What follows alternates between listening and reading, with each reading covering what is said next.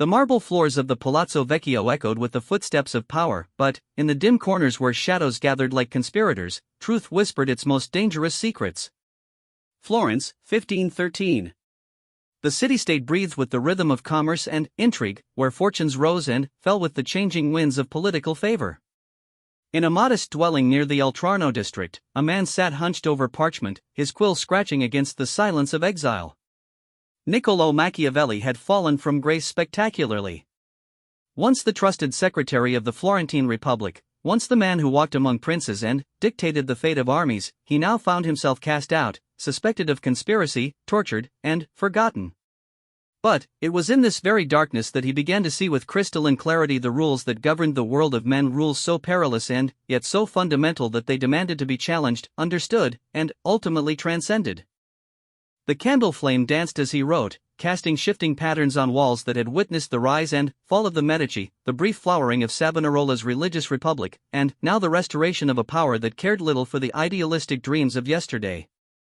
Machiavelli's pen moved with the precision of a surgeon's blade, dissecting the anatomy of power with a cold intelligence that would scandalize generations yet unborn. He was not writing for the faint of heart or for those who preferred their truths wrapped in comforting illusions. He was writing for those brave enough to stare into the abyss of human nature and emerge with wisdom instead of despair. The first rule he identified was perhaps the most perilous of all, the belief that virtue alone could govern the affairs of men. Around him, Florence bore witness to the hollowness of this notion. The Medici had returned not through moral superiority but through cunning alliance with foreign powers. The French and Spanish armies that had trampled across Italy cared nothing for righteousness, they followed the logic of force and opportunity.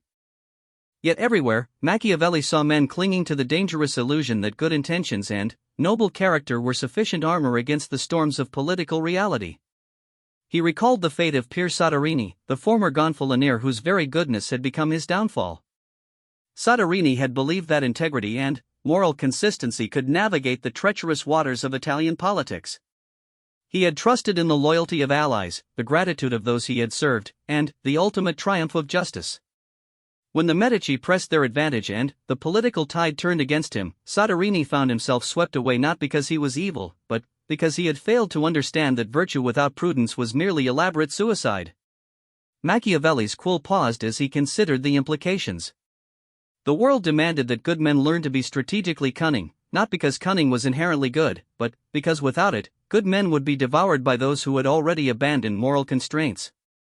The perilous rule that virtue alone sufficed had to be challenged, not to embrace evil, but to develop a more sophisticated understanding of how good could actually triumph in a world where evil often held the advantage of ruthlessness. The second rule that demanded challenge was the comforting belief that loyalty and gratitude were reliable currencies in human affairs. As night deepened over Florence, Machiavelli's memory wandered to the countless examples of betrayal that had shaped his understanding. He had seen princes elevated by faithful servants only to turn against their benefactors when circumstances changed. He had witnessed republics abandon their most devoted citizens when public opinion shifted like wind across water. The French court, which had once welcomed him as an envoy, now regarded Florence with the casual indifference of a former lover. But it was not merely grand betrayals that had taught him this lesson. In the everyday machinery of governance, he had observed how quickly gratitude soured into resentment. Men who received favor often came to believe they deserved it, transforming gifts into expectations and benefactors into debtors. The very act of helping someone could create an enemy, because dependence bred humiliation, and humiliation bred hatred. This was the cruel arithmetic of human psychology that idealists refused to calculate. The streets below his window told their own stories of this truth. The merchants who had prospered under the Republic now found ways to accommodate themselves to the returned Medici, their loyalty flowing toward whoever could best protect their interests. The artisans who had once cheered Savonarola's moral reforms now accepted the return of luxury and vice with barely a shrug. Loyalty, Machiavelli understood, was not a fixed star but a weather vane, and those who failed to recognize this would find themselves navigating by false coordinates. Yet challenging this rule did not mean becoming cynical about all human relationships. It meant understanding that true loyalty had to be continually earned and maintained through a careful balance of benefits and consequences. A prince who relied solely on past services would find himself surrounded by those who remembered only his current failures. A prince who provided ongoing reasons for loyalty, who made himself necessary rather than merely beloved, could build more lasting bonds. The challenge was to move beyond naive trust while still preserving the possibility of genuine alliance. The third perilous rule that cried out for challenge was the assumption that consistency was always a virtue. From his window, Machiavelli could see the distant hills where armies had maneuvered during the recent conflicts, and he reflected on how rigidly predictable leaders had become victims of their own reliability. When enemies could calculate your responses with mathematical precision, your very virtues became weapons in their hands. He remembered Cardinal Giuliano della Rovere, later Pope Julius II, whose political genius lay partly in his willingness to reverse course when circumstances demanded it. The cardinal who had once been the Medici's bitter enemy became the pope who worked with them when the broader strategic picture changed. Critics called it hypocrisy, but Machiavelli recognized it as a form of intelligence that transcended the narrow constraints of personal consistency. The danger of the consistency rule lay in how it trapped leaders between competing goods. A prince who promised never to raise taxes might find himself unable to defend his people when war threatened. A leader who committed to transparency might discover that some negotiations required secrecy to succeed. The consistent leader became a prisoner of his own promises, unable to adapt to circumstances that no amount of foresight could have anticipated. But flexibility without principle led to chaos. The challenge was to identify which core values must never bend and which tactical positions could be adjusted as wisdom demanded.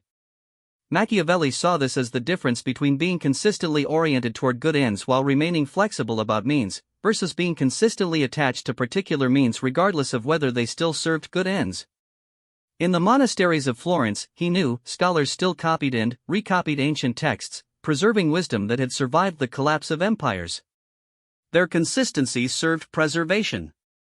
But, in the councils where decisions shaped the fate of peoples, a different kind of wisdom was needed, one that could hold firm to ultimate purposes while adapting methods to ever-changing realities. The perilous rule of absolute consistency had to be challenged in favor of what he would come to call prudent flexibility. As the night wore on, Machiavelli found himself confronting a fourth rule that seemed to govern the expectations of his age, the belief that good outcomes naturally followed from good processes. This was perhaps the most seductive of the dangerous rules, because it allowed people to focus on the purity of their methods while remaining conveniently blind to the consequences of their choices. He had seen this during the last days of the Republic, when well-meaning citizens spent months debating the proper procedures for decisions that needed to be made in days. While they refined their deliberative processes and ensured that every voice was heard, their enemies acted with swift decisiveness. The Republic's commitment to inclusive governance became a luxury it could not afford when survival was at stake.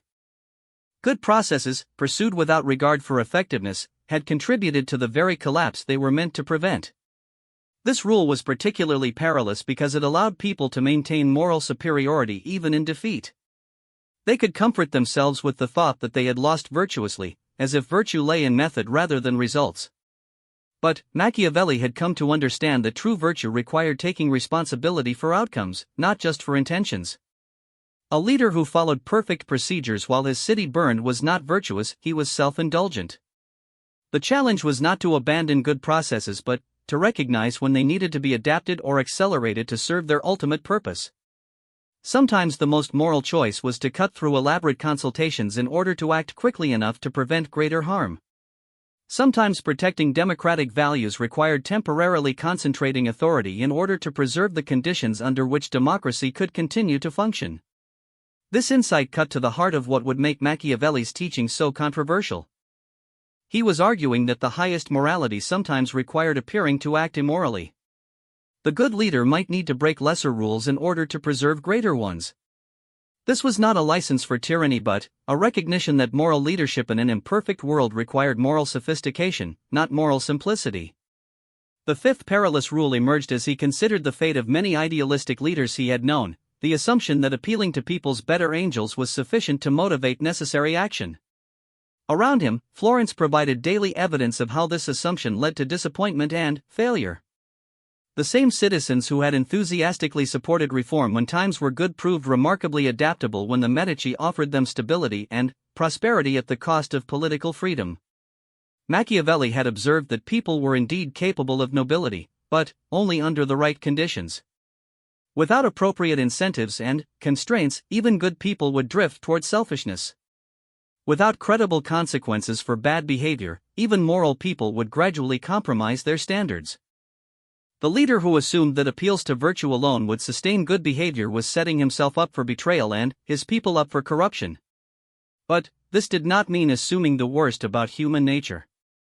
It meant understanding that human nature was malleable and that wise leadership involved creating conditions under which people's better impulses could flourish while their worse impulses were contained. The laws of a well-ordered state should make virtue easy and vice difficult, not because people were inherently evil but because even good people needed support in maintaining their goodness when faced with temptation or pressure. The challenge to this perilous rule involved developing what Machiavelli would call a realistic idealism, maintaining high expectations for human behavior while creating practical systems that made meeting those expectations more likely. It meant appealing to people's better nature while also ensuring that their immediate interests aligned with acting according to that better nature. As dawn approached, filtering weak light through the shutters of his chamber, Machiavelli contemplated a sixth rule that had proven particularly dangerous for those who sought to create positive change: the belief that moral authority automatically translated into practical power. He had watched numerous religious and intellectual leaders discover that being right was not enough to make their rightness effective in the world. Savonarola exemplified this tragic pattern. The Dominican friar had possessed genuine moral insight and had inspired thousands with his vision of a purified Florence. His criticism of corruption was accurate, his call for reform was necessary, and his personal integrity was beyond question. Yet his inability to build lasting institutions or navigate competing interests had made his movement vulnerable to the very forces he sought to overcome. Moral authority without practical wisdom had led not to transformation but to the stake in the Piazza della Signoria. The danger of this rule lay in how it encouraged good people to remain pure by avoiding the compromises necessary to achieve lasting change. It was more comfortable to maintain moral superiority from a position of powerlessness than to accept the moral ambiguities that came with actually wielding influence. But such purity came at the cost of effectiveness, and ineffectiveness was itself a form of moral failure when important goods were at stake. Challenging this rule required understanding that moral authority and practical power needed to be combined, not kept separate. This meant that moral leaders had to develop political skills and that political leaders had to maintain moral foundations. It meant being willing to get one's hands dirty in the service of keeping one's heart clean. The alternative was to abandon the field to those who had no moral qualms about using power for selfish ends. The seventh perilous rule that Machiavelli identified concerned the dangerous assumption that enemies could be converted into friends through kindness alone. His years of diplomatic experience had taught him to distinguish between conflicts rooted in misunderstanding, which could indeed be resolved through generous gestures, and conflicts rooted in competing interests, which required more sophisticated approaches. He recalled his missions to the court of Cesare Borgia, where he had observed a master of power who understood this distinction precisely. Borgia showed mercy to those whose opposition stemmed from fear or confusion, but he eliminated those whose opposition stemmed from irreconcilable ambition. This was not cruelty but clarity, recognizing that some conflicts could not be resolved through goodwill because they were not caused by ill will in the first place. The perilous rule of universal reconciliation had led many good leaders to waste precious resources trying to win over implacable enemies while neglecting to solidify relationships with potential allies. It had caused them to misread strategic situations, interpreting continued hostility as evidence that they needed to be even more generous rather than recognizing that some opposition was structural rather than personal. Challenging this rule meant developing the wisdom to distinguish between different types of opposition and responding appropriately to each. Some enemies needed to be defeated, others needed to be contained, and still others could indeed be converted. The art lay in accurate diagnosis followed by proportionate response.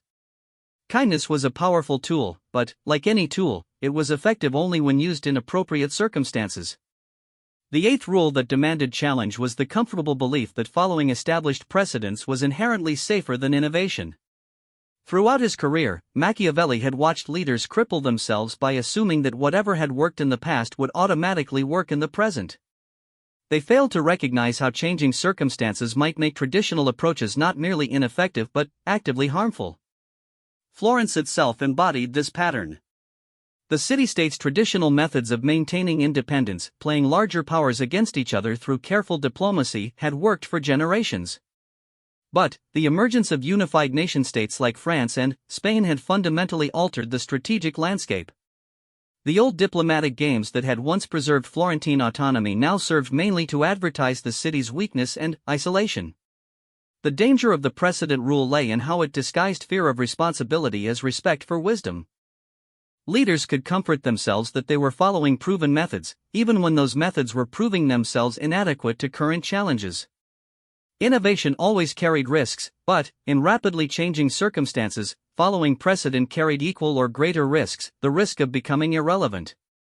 Challenging this rule required developing the judgment to distinguish between timeless principles and time-bound practices. Some wisdom was indeed eternal and should be preserved. But, the application of that wisdom needed to be constantly adapted to new conditions. The leader who could separate enduring insights from outdated methods would have access to both tradition and innovation as tools for effective action. The ninth perilous rule concerned the assumption that transparency was always beneficial. While Machiavelli valued honesty as a personal virtue, his experience in diplomacy and governance had taught him that complete openness could sometimes serve the interests of one's enemies better than one's friends. Information was a form of power, and, like any power, it needed to be used strategically. He remembered negotiations where premature disclosure of Florence's position had weakened the city's bargaining power and led to worse outcomes for its citizens. He recalled military campaigns where excessive openness about troop movements had provided advantages to opposing forces. The principle of transparency was sound, but its application required consideration of context and consequences. The challenge was not to embrace deception as a general policy but to recognize that different relationships and situations called for different levels of disclosure. Citizens deserved more openness from their leaders than those leaders owed to foreign adversaries. Allies deserved more transparency than neutrals, and neutrals deserved more than enemies. The art lay in calibrating disclosure to serve the broader interests of justice and security. Moreover, complete transparency could sometimes be cruel rather than kind. Citizens who were told every detail of their government's vulnerabilities might lose confidence unnecessarily. Allies who learned about every doubt and debate might question commitments that were actually solid. The wise leader had to balance the values of honesty and disclosure against the values of effectiveness and reassurance. As the morning light strengthened, Machiavelli turned his attention to a 10th rule that had proven particularly destructive: the belief that compromise always represented moral failure. This rule was especially dangerous because it often masqueraded as high principle, making it attractive to idealistic leaders who wanted to avoid any appearance of selling out their values. He had seen this pattern repeatedly in the factional politics of Florence, where leaders on all sides preferred glorious defeat to imperfect victory. The inability to accept partial gains had led to cycles of complete loss, as each side sought total triumph rather than sustainable progress. The perfect had become the enemy of the good, and the good had become the enemy of the possible. The challenge to this rule required understanding the difference between compromising one's goals and compromising one's methods. A leader might legitimately refuse to compromise on fundamental principles while remaining flexible about how those principles were implemented. Sometimes accepting half a reform today created the foundation for complete reform tomorrow, while insisting on complete reform today led to no reform at all. But compromise also carried genuine dangers. Some compromises did represent moral failure, particularly when they involved abandoning the interests of those who depended on one's protection. The art lay in distinguishing between tactical flexibility and strategic betrayal, between pragmatic adjustment and moral capitulation. The 11th perilous rule that Machiavelli identified concerned the assumption that popular opinion was a reliable guide to wise policy. His years of observing public sentiment in Florence had taught him to respect the collective wisdom of citizens while remaining skeptical of their momentary passions. The same people who had supported one policy enthusiastically could turn against it completely when circumstances changed or when skilled demagogues reframed the issues. Public opinion was often shaped more by recent events than by long-term trends, more by vivid anecdotes than by statistical patterns, more by emotional appeals than by rational analysis. Citizens who possessed good judgment about their individual lives might still lack the specialized knowledge needed to evaluate complex policy questions. Moreover, what was popular was not always what was right, and what was right was not always what was popular. The challenge was to remain responsive to legitimate public concerns while providing leadership that could see beyond immediate popular impulses. This meant educating public opinion when possible, working within its constraints when necessary, but never simply following its lead without independent judgment. The leader who merely reflected popular sentiment back to the people was abdicating the responsibility to provide actual leadership. At the same time, systematically ignoring popular opinion was equally dangerous. Citizens might be wrong about specific policies, but they were usually accurate judges of whether their lives were improving or deteriorating. A leader who lost touch with public experience would eventually lose the trust necessary for effective governance, regardless of how sound his policies might be in theory. The 12th rule requiring challenge was the dangerous belief that intentions mattered more than results. This rule was particularly seductive because it allowed people to maintain their self-image as good while avoiding the hard work of ensuring that their goodness actually made a positive difference in the world. Machiavelli had observed too many well-intentioned policies that created suffering to accept intentions as a sufficient measure of moral worth. The road to hell, he understood, was indeed paved with good intentions, not because intentions were irrelevant, but because intentions divorced from careful attention to consequences could produce outcomes that contradicted their original purposes. Policies designed to help the poor might end up hurting them if they were poorly designed or implemented. Military interventions intended to protect civilians might end up creating more civilian casualties than they prevented. Challenging this rule meant accepting responsibility for results, not just for efforts. It meant building feedback mechanisms that could detect when well-intentioned policies were producing harmful outcomes. It meant being willing to change course when evidence suggested that current approaches were not working, even if abandoning those approaches required admitting error or disappointing supporters. But focusing on results could not mean ignoring intentions entirely. Intentions shaped how policies were designed and implemented, and they influenced whether people were willing to support necessary changes when initial approaches proved inadequate. The challenge was to hold intentions and results in productive tension, using good intentions to guide the search for effective methods while using attention to results to test and refine those intentions. As the day progressed and the sounds of Florence's awakening filled the air outside his window, Machiavelli contemplated a 13th rule that had shaped much of his century's suffering: the assumption that peace was always preferable to conflict. While he personally abhorred unnecessary violence, his experience had taught him that sometimes the choice was not between peace and war but between conflict now and greater conflict later, between limited violence today and unlimited violence tomorrow. The Italian wars that had devastated the peninsula demonstrated this principle with tragic clarity.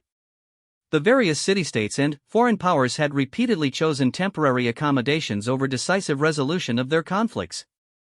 Each peace treaty had merely provided breathing space for the accumulation of greater grievances and more powerful weapons. The desire to avoid immediate conflict had led to decades of recurring warfare that was far more destructive than any single decisive campaign might have been. The challenge to the peace at any price rule required developing the wisdom to distinguish between genuine peace and mere postponement of necessary conflicts. Sometimes accepting a smaller fight today prevented a larger fight tomorrow. Sometimes demonstrating willingness to use force made the actual use of force unnecessary. Sometimes the most peaceful long-term strategy required accepting short-term confrontation. But this insight could not become a license for unnecessary aggression.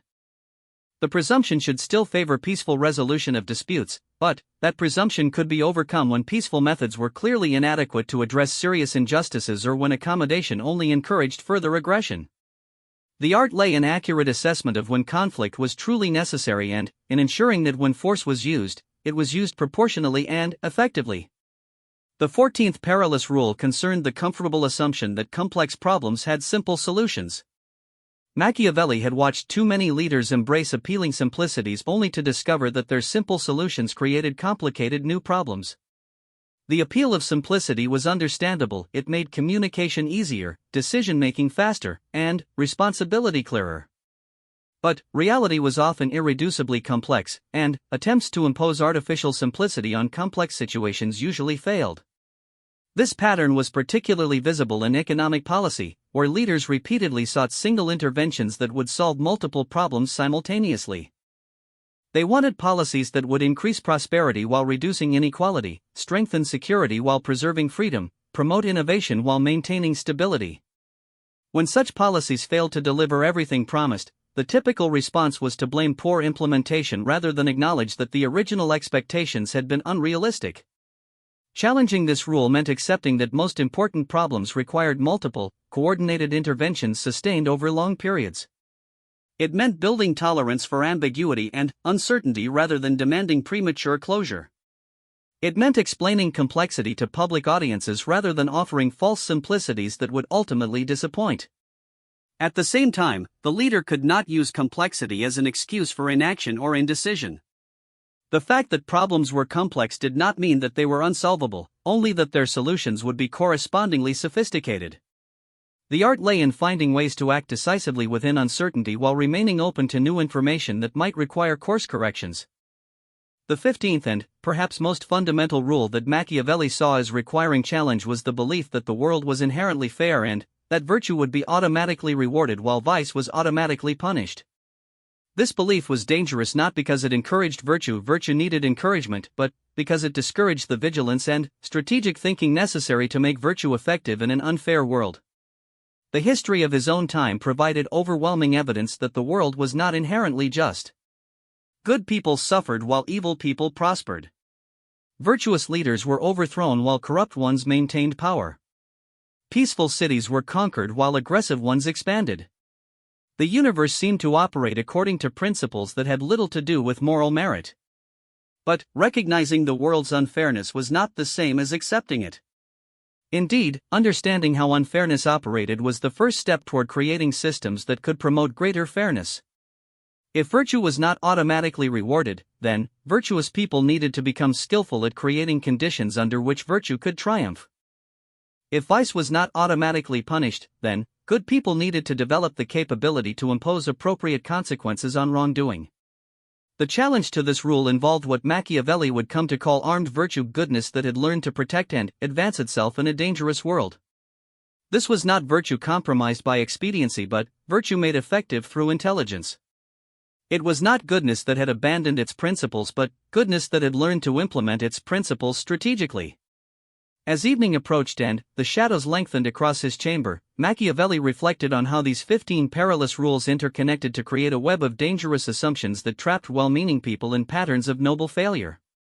Each rule seemed reasonable in isolation, and each had enough truth to make it plausible. Taken together, they created a worldview that was simultaneously idealistic and naive, high-minded and ineffective. The challenge was not to replace these rules with cynical alternatives but to transcend them through a more sophisticated understanding of how good could triumph in an imperfect world. This required what he would later describe as learning to be both a lion and a fox, combining the lion's strength and courage with the fox's intelligence and adaptability. Neither quality alone was sufficient, both were necessary for anyone who sought to create positive change in the face of determined opposition. The lessons emerging from his analysis were not comfortable ones. They demanded that good people become more strategic, that idealistic leaders become more practical, that moral movements become more politically sophisticated. They suggested that the highest virtue might sometimes require appearing virtuous and sometimes appearing ruthless, depending on what the situation demanded and what would best serve the ultimate goal of human flourishing. But these lessons were also liberating. They freed good people from the paralyzing constraints of naive morality and gave them permission to use whatever tools were necessary to advance worthy causes. They suggested that moral leadership was not about maintaining personal purity but about taking responsibility for creating better outcomes in the world. They implied that the most ethical choice was often the most effective choice, properly understood. The candle flame flickered as night returned to Florence, and Machiavelli knew that his insights would not be welcomed by those who preferred their morality simple and their consciences clear. He was writing for a different audience, for those who loved virtue enough to want to make it victorious, who cared about good outcomes enough to master the complex arts necessary to achieve them, who understood that in a fallen world, even the pursuit of perfection required imperfect means. His quill moved across the parchment with renewed purpose as he began to articulate not just the perilous rules that needed to be challenged but the alternative approaches that might replace them. He was not abandoning idealism but seeking to give it teeth. He was not embracing cynicism but arguing for a higher form of realism that could serve idealistic ends. He was writing for those who would rather be effectively good than purely powerless, who understood that the ultimate test of virtue was not its intentions but its results. The shadows gathered around his desk, but the light of his understanding burned more brightly than ever. He was discovering truths that would reshape how serious people thought about the relationship between morality and effectiveness, between what ought to be and what could actually be achieved. These were indeed perilous lessons, dangerous to comfortable assumptions and threatening to conventional wisdom. But they were also essential lessons for anyone who sought to create a better world rather than merely to feel good about their own righteousness. In the distance, the bells of Santo Spirito began to toll the hour, their bronze voices carrying across the city where power and principle continued their eternal dance. Machiavelli smiled grimly as he worked, knowing that he was preparing weapons for a different kind of war, not the war between good and evil, which was simple enough, but the far more complex war between effective good and ineffective good, between virtue that could triumph and virtue that could only suffer nobly in defeat.